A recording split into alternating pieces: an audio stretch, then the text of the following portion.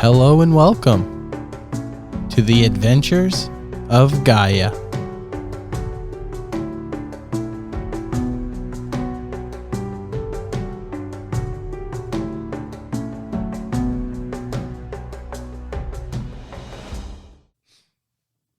Oakland and Storm successfully caught the warehouse owned by Samuel Magnus on fire. However, it's unclear the damage that had been done.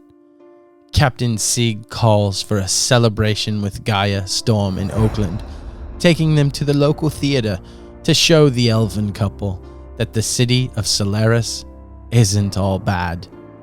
At the theater, Captain Seeg introduced Gaia, Oakland, and Storm to the performer Pricilla, his lady who he spends most of his time with when in Solaris. Oakland, having the chance to be pleasured by the beautiful redhead Alyssa, kindly denies her, showing that he is truly faithful to Gaia. The show was entertaining, and the party had convinced Captain Seeg to tell Pricilla how he truly felt about her. Upon the next morning, Gaia and Oakland approach Captain Seeg and ask about the details of the night. Upon telling his tale of romance, a messenger flies on the deck of the ship, alerting the captain that his love, Pricilla, was attacked sometime in the wee hours of the morning. So, upon the arrival in the infirmary, you walk in and you can see beds everywhere. There's a low level, and the doctor comes up and he approaches. And well, it's more of a nurse at this point, and she approaches and she's like, "So why are you here?" And Captain Seeg, "I'm here to see Pricilla. I heard she was attacked." And she's like, "Oh yes, follow me." So as you arrive into the room, Pricilla cannot speak. There's a small hole in the neck. Lips are swollen red. Around the face are blacked with a bloody bandage around her head. The doctor standing beside her is an older, medium height, skinny build, wearing a leather surgeon's outfit with a medical sign on the left breast. Short gray hair with a receding hairline, and mutton chops with a mustache. He looks at you. "Her condition is critical, but stable. Beg your pardon, but are you a relative?" Seeg looks at the doctor. I'm her close friend, and these folks are my friends." The doctor looks at him and says, "Seeg, correct?" She uttered the name in her few moments of lucidity. "I am Joachim von Gratz, head of surgery, until recently a lecturer at Doncaster." Seeg looks at her and back at the doctor. "What are her injuries besides her eyes?" "Her injuries are a concussion, cranial swelling, incision into her larynx, and scalding inside the throat and esophagus. Clearly, someone forced her to imbibe a caustic fluid. This is no ordinary attack. It was an attack of a demented mind, and not the first." Seeg looks at the doctor. "How can you know that?" as he chokes back the tears. The doctor looks at him. "Dr. Joachim, I've seen wounds like this. They are not the kind one would forget. Don't you agree? In fact, just a week, a corpse turned up in the morgue with similar injuries and no heart." Do you know who's causing these injuries? "We do not." How close is Pricilla to us? Pricilla would be 5 feet from you in a bed laying there. Can I approach her? Yes. Okay, I'm going to go over and I'm going to cast Cure Wounds on her. Okay. I don't know how much it actually helps, but... Unfortunately, the Cure Wounds does not take effect. Okay. And it appears that it just doesn't work this time for some reason. Seeg looks at the doctor. What? No heart? You mean this could have happened to her? Is anyone looking into this? The doctor, Joachim, replies, this is Solaris. Only the innocent burn here. She's not missing any parts that you're aware of, is she? That I am aware of, no. She is not missing anything, but I'm assuming something had interrupted the murderer, because from the other bodies, she should not have been left alive. Where did you find her body? Her body was found the corpse collector is the one that found her. But her body was found not too far from the theater. You said there was a body that was missing a heart last week. Where was it found at? Do you know? Yes, it was found at his workshop. He's a wood carver. So he looks at you and he says, I would suggest examining the previous corpse. It has yet to be autopsied. Doing so could very well provide some clues. No need to act astonished. As a surgeon, I know the importance of preventative medicine rather than wait for this maniac to strike again. I'd prefer to exorcise him, not unlike a tumor. Seeg looks at the doctor. Will they let us in the morgue? Joachim replies, by the main entrance? Most certainly not. But you can also get in through the sewers.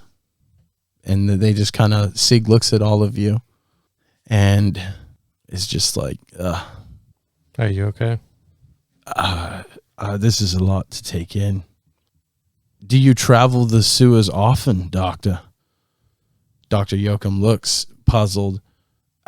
As often as required for the pursuit of preventative medicine. So you've gotten into the mortuary through the sewers before? Yes. Okay.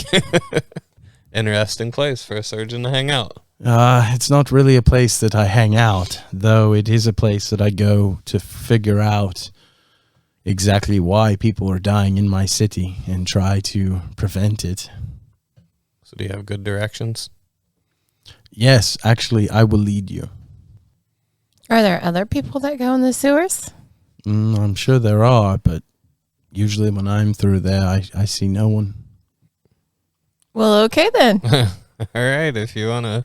We're going in the I sewers. guess we're going to the sewers. So as you agree to go through the sewers, Sparkington, are you going into the sewers? Yes. The doctor leads you outside of the hospital, and he takes you behind the infirmary in a secluded area where there is a sewer door.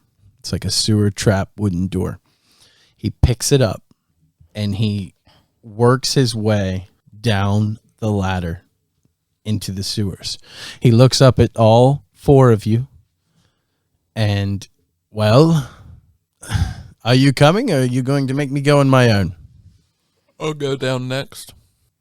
Okay. Then I go. And then I'll go. Okay. Closing the hatch behind you or leaving it open? Closing it. Okay. So Dr. Joachim leads you through the sewers, and you have a very uneventful journey. However, there's obvious waste in the water, and you'll see the occasional rat. And you arrive at another ladder, and Dr. Joachim looks at all of you, and he says that he will head up, inspect the area, and make sure it's clear, because he doesn't want us to be seen, because we're not supposed to be doing this. Okay. And as he's going up, Seeg, so Pricilla, how's it look honestly? No sugarcoating. Dr. Joachim looks at him. Her wounds will heal, but her voice concerns me. Surely you understand what a terrible blow that would be to a performer. Enough to strip her of her will to live. And I feel only you can help on that account. So the ladder is about 20 feet high, and he starts to climb it. Who is the last one going up the ladder? I would have tried to have gone second. Well, yeah. Nose goes in. Nose goes in last, or Yeah, I'm not going last. I'll go last. so as you're going up, one of the ladder braces breaks. Give me a dexterity saving throw. 18. You're successful, and you climb back up, and you're climbing back up the ladder. You can enter the room, and you see this morgue, and there's steel tables where bodies are laying. There are 6 bodies, and you're up inside the room where the bodies are on these steel tables. They are waiting to be autopsied. There are 2 human, 1 elf, 1 halfling, and 2 dwarves. Dr. Yoakum looks at you, and he says, "We are looking for a woodcarver dwarf. So we have to look for signs of this. So go ahead and roll me a d20 roll for your investigate. Give me an investigation check." 11. I'll just smell because this is a week-old body, so it's probably the stinkiest. There is a smell. That's I Smell got 14. 20. Gaia. So Oakland, you uncover the body of a human, and the smell kind of hits you in the face. And give me a Constitution saving throw. 11. Okay. You throw up. That's nasty. Storm, you open up a body bag that belongs to an elf, and the smell hits you in the face. This one is rather rank. Give me a Constitution saving throw. 11. You also throw up. Gaia, you unzip the body bag of a dwarf, and you completely unzip, and there isn't a smell here. Like the smell is not as bad as everyone else's. What do you want to do? Throw up.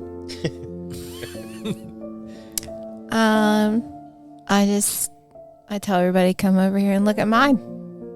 Look at what I unzipped, guys. You guys are weaklings puking everywhere.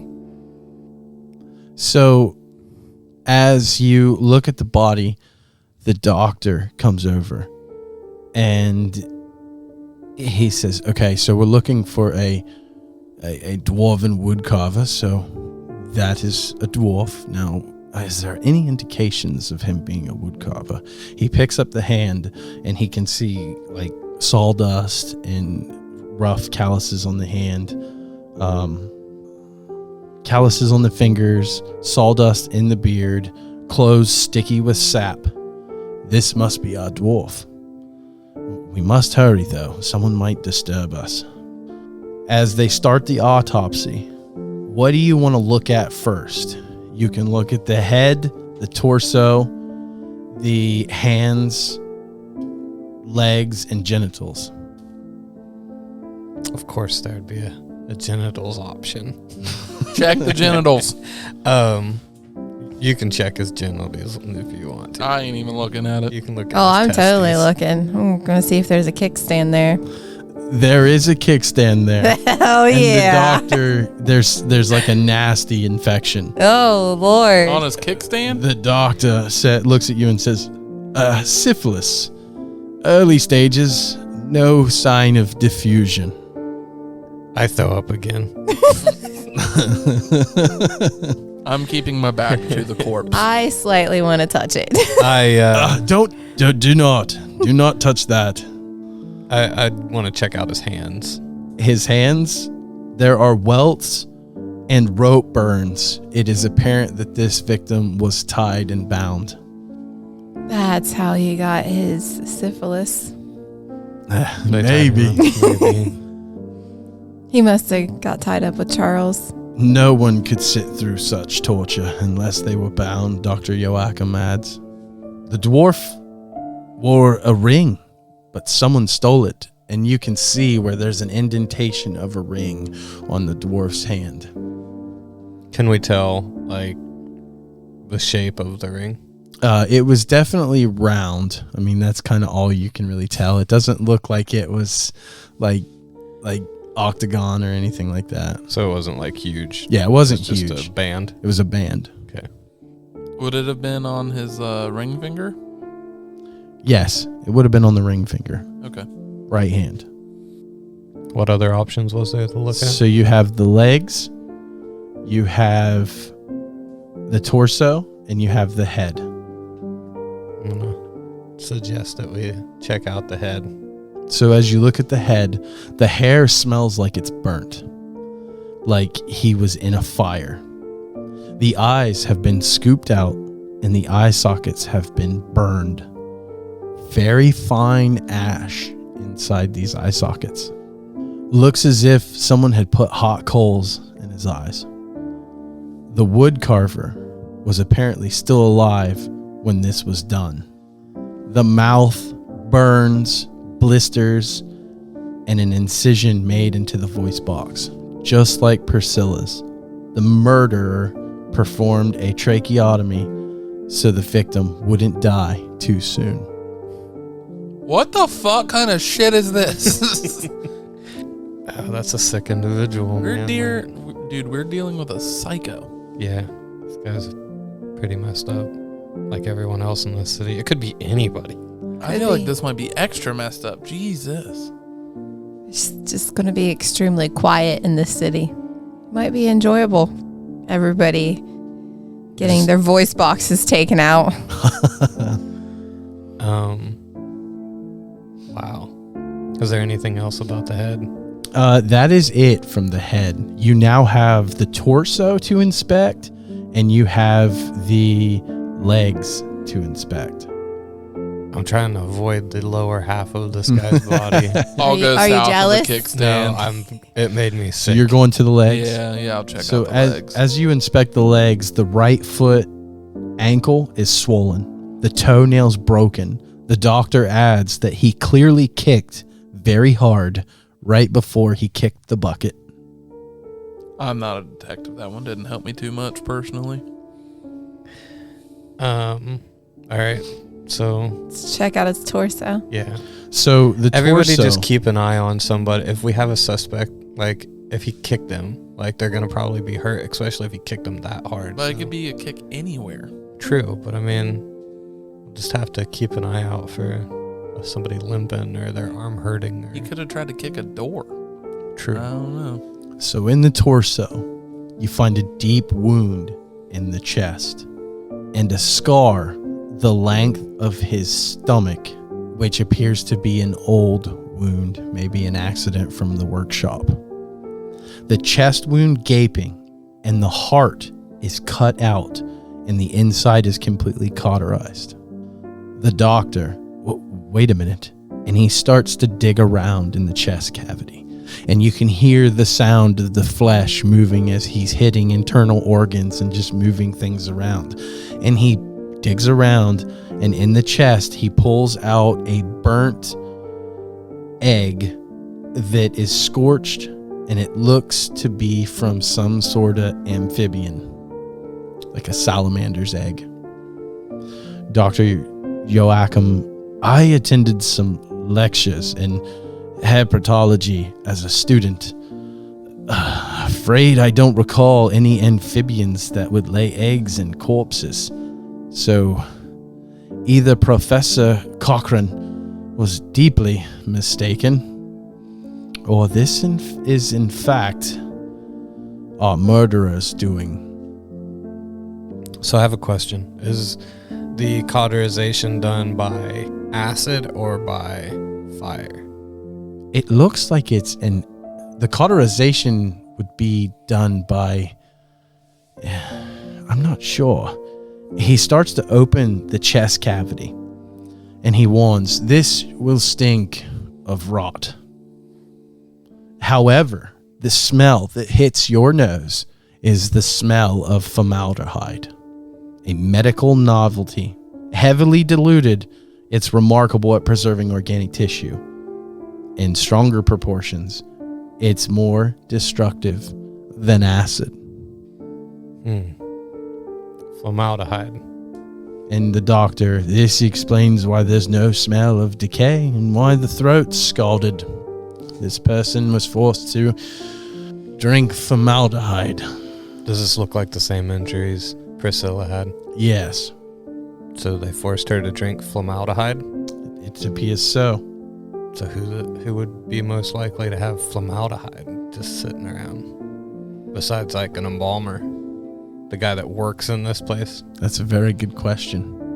Keep that in the back of your mind. Doctor. Seeg looks at the doctor. I know where I will start. Any idea what his name was? And as you are speaking and talking, Dr. Yoakum goes to reply to Seeg. And another man walks in who appears to be the coroner. Fabian Maya. I'm the coroner, Hubert Reich. I've come to perform the autopsy, but I see you have done it for me, Joachim. As always, you interfere where you're neither needed nor wanted. Drag others into trouble in the process. Who are these people? Joachim looks at the coroner. They are friends of the deceased. And Seeg looks and says, I'm also a student, and I have some questions for you. And the coroner looks, very, very well. Be quick. The Reverend is expected to show any minute for an inspection. Seeg looks over at the doctor and the coroner. Are you two old friends, Dr. Joachim? Hubert taught the rudiments of medicine to Joachim long ago. Hubert, and not very well, you've still not mastered certain basic principles. For example, the doctor's role is to treat the ill, not save the world. Dr. Joachim looks Hubert up and down. You have not changed a bit. Hubert, the coroner, replies, a compliment. Dr. Joachim looks at him and says, no, a statement of fact. 30 years, and you've not changed a bit. Hubert is a young man, slender, muscular, and handsome, with medium-length brown hair, full trimmed beard, green, hazel, yellowish eyes, perfect teeth, and flawless skin. Is he limping? He is not limping. Does he have any noticeable marks or bruises on his body? No. Okay. He is covered in a surgeon's cloak, just like Joachim, with the same badge that he would wear. And Seeg looks at the coroner and asks, where was the woodcutter's bodies found? And Hubert replies, this is the coroner, plan to investigate? Exciting. He died in his workshop south of the market square, just beside the gate to Four Corners. The poor performer was attacked there. City's abuzz about it, which that would be down from the theater. I wouldn't recognize this coroner, would I? No, you do not recognize the coroner. And he looks at you and he says, but the woodcarver, Euestus, the corpse collector, brought us the body. You should speak to him. Saw him just round the corner near... Oh, another man walks into the room. Greetings, reverends.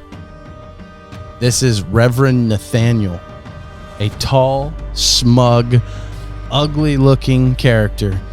Big ears, pointy nose, a shaved head, and pendants around his neck and rings on fingers displaying his faith. And Congression has parchment satchel on his side and wears robes. Is there anything? Do we notice anything suspicious about him? He walks in with a lot of authority, and he looks at Hubert. Who are these people? I believe I made it clear no one was to be allowed in under any circumstances. Hubert replies, you did, but they're friends of the deceased, here to collect the body. Reverend Nathan, out of the question. Show them out at once. And you were How dare you, Reverend? forced You've had a week and you haven't done anything. I'm forced to leave. I want my friend's I'm body resisting. back. Huh? I am resisting, and I'm gonna just stare at the Reverend. I don't like this dude. Okay. So, as you resist, they call for the outside guards that are protecting the outside of the front door. There are guards outside of there. And they come in and they look at you. So, are you going to leave, or are we going to force you to leave? Am I the only one in the room now? Have they already left the room? That's up to them. Is Captain Seeg still here? Captain Seeg started to walk, but I'm sure everyone kind of stopped when they realized that Sparkington was kind of refusing. Yeah, we're still in I'm the with room. Seeg. Yeah, probably with Seeg. Okay. I'll just feel a little bit defeated and kind of give them dirty looks as I start to walk out. Every single one of them. So you're going out now too. Yeah. Hubert looks at all of you. As your reverence wishes, gentleman, lady, follow me. You shall leave via another route. Why another route? You're going out the front door. Oh. Yeah, you Back came in into through the the sewer. sewers. He doesn't want Nathaniel to know how you got in there. Okay, I see. So So another route, he just means that we're not coming You're in not the same coming in way. the same Okay. way. All right, I get you. Dr. Joachim looks at Hubert and he says, so why didn't you out us? And Hubert looks at him and says, I was covering my own arse. If the Reverend Nathan had learned someone had entered the morgue through the sewer, then cut open a corpse without his permission, I'd be in deep trouble. But you didn't give a thought to that, did you, Joachim, as ever? Well, while I don't approve of your willfulness, I also wish to see this murderer hang. So should I learn anything new related to this case, I will let you all know. Dr. Joachim looks at him. Thank you. Captain Seeg looks as you're standing there watching at everyone, and he looks at the doctor as he in the corner as they depart. The doctor says that he's going back to care for Pricilla. So we should find the corpse collector? Is that what he said? Yeah, that's one of them. But as the doctor is leaving, you can see where Seeg kind of stops him. And you can hear, as he's talking to him, you can hear the conversation. You could have told me you knew the coroner. You could have saved us a trip through the sewers. Dr. Joachim replies, I know him, thus I avoid him. I've said enough on the subject. It's an old wound, unhealed as of yet. Captain Seeg looks back at you guys and starts to travel back to you. And he's just kind of standing there. So should we find his workshop or should we find the corpse collector? What do you guys think? I do not know. Seeg looks at you and he says, I want to see this fucker hanged for this, but I have to get back to my dear Pricilla and help her spirits. You heard the doctor. I could be the only one to save her. Without me, she could lose the will to live. Would you do me the kindness? I will never be able to repay you, but would you do me the kindness of looking into this for me? Absolutely. I just nod. Thank you for this, and I will owe you so much, my friends. And he departs. Okay, so the question is, do we go check out his workshop So you have or the corpse leads, collector? and your leads are the woodcarver's workshop. You have the Body collector. Corpse collector, yeah. yep. So I feel like it would be easier to start at the workshop because, that's a stationary thing Yeah, rather than. You have the workshop, the corpse collector. You have the area where Pricilla was attacked. And you have, I think that might be the only 3. Yeah, pretty sure. Should have spit on the guard. You should have. You should have spit on him. Your leads are the woodcarver's shop, the corpse collector, and the place where Pricilla was attacked. Which one's closest? The closest one would probably be the woodcarver's shop. I'm down. That's where I wanted to go anyways. What do you think? That's where we go. Okay. Okay. So the woodcarver Fabian lives in a corner that is gated and blocked by a tall stone wall. And as you approach, a heavy, large wooden gate. Do we see any kind of movement inside or anything like that? It is probably it's noonish, I would say. So you would see just your normal people walking by. So no one inside. Well, you can't tell because the gate's closed. Oh, okay. So this is a solid gate. Yes. Okay. I see what you're saying. Well, I guess we can knock on the gate. Upon knocking, you can hear dogs and a dwarf sounding fellow on the other side. Be gone, or I'll sick me hounds on ye. Mahler, Strigger, come. Hello? We're Uh, just stopping by. We wanted to ask a few questions. Be gone. We're here to investigate the murder of the workshop owner. Ah, that's altogether different. Sit, ye stupid mutts. Lie down. Come on. Come on. Slowly now. Least they bite. And he kind of opens a smaller man door for you to come on in. And as you enter, you can see that this is a kind of a small corner. In the middle, there's like a burn pile of things. There is an anvil on the other side, and there is the workshop on the right-hand side. And you are standing there looking at a young, short, bald, with a thick, bushy blonde beard, wearing brown carpenter pants with a light brown tunic, a brown belt with golden buckle, dwarf. Gus is the name. I'm the Stiff's brother. We ran the workshop together, Meyer and Meyer. So, can you tell us anything about what happened? Well, 'twas like this. I had some work in Farwater, and I was coming home. Saw the plume of smoke rising over the city. Thought to myself, blast it, gonna miss them burning another criminal. But the smoke wasn't coming from the square. It was coming from here. See the soot stains? And as you look back behind you, you can see the soot stains in the pile of fire. That's where they burned our sculptures. Folk gathered round the blaze and found Fabian here beside it. That also hints back to his burned hair. They'd already loaded him on the cart by the time I had arrived. Fabian was a good dwarf, had no enemies, but he was a whoremonger. Well, that explains the syphilis. Yeah, it does. Whenever we'd put coin aside, I'd say, let's buy some tools, quality timber. No, Fabian grabbed the purse and he'd head out whoring. He took to following one in particular. He'd say, 'tis your fault, dirty bitch, human dish rag, and other obscenities. Do you know her name? Well, unfortunately, the girl died. I never caught her name, but she died. They said a fever took her. And if you want to visit her, she's at the city cemetery. What was her name?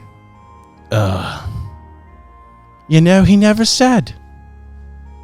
Do you know where her grave is? City cemetery. But like the plot specifically, do you think you could take us to it? Nope. Okay.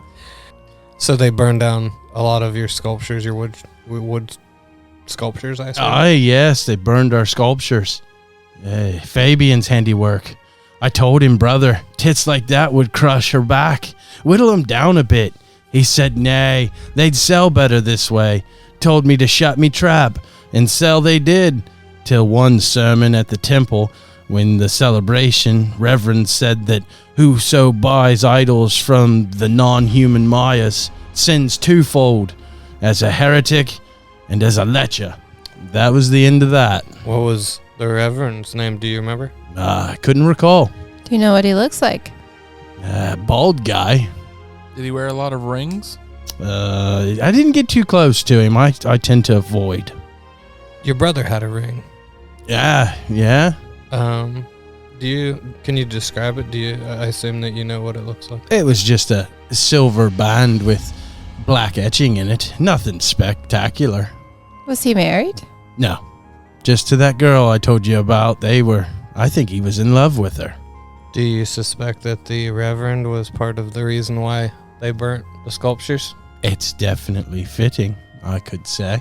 So, give me an investigation check, guys. 20, not net. 17. Okay. 16. So, Storm, on the anvil, you find a letter. Okay, so I just walk over and I pick up the letter and I kind of hold it up and show it to him. Okay. And I start to read it if I'm able to. Yes, you are able to. Give me 1 second. Okay. The letter reads, remember, good people, that fire can be both a blessing and a curse. Fire can warm with its flames. Fire can prepare our nourishment. Fire can drive off the horrors of the dark. Yet fire can also scorch, burn, and incinerate. That is why we must live in harmony with eternal fire and its commandments.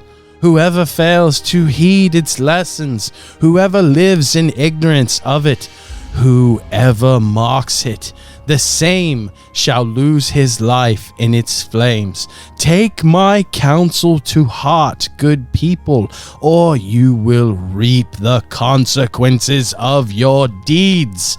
Signed, Concerned Citizen. That's not the signature I was hoping for.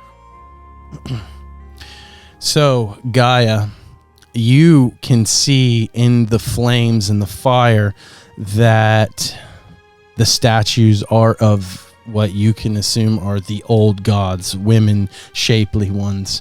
You also find bloodstains by this pile, where the burnt idols were, where they found Fabian's body.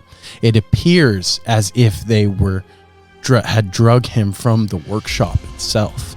Oakland, you have found upon checking the workshop that the workshop is in fact locked.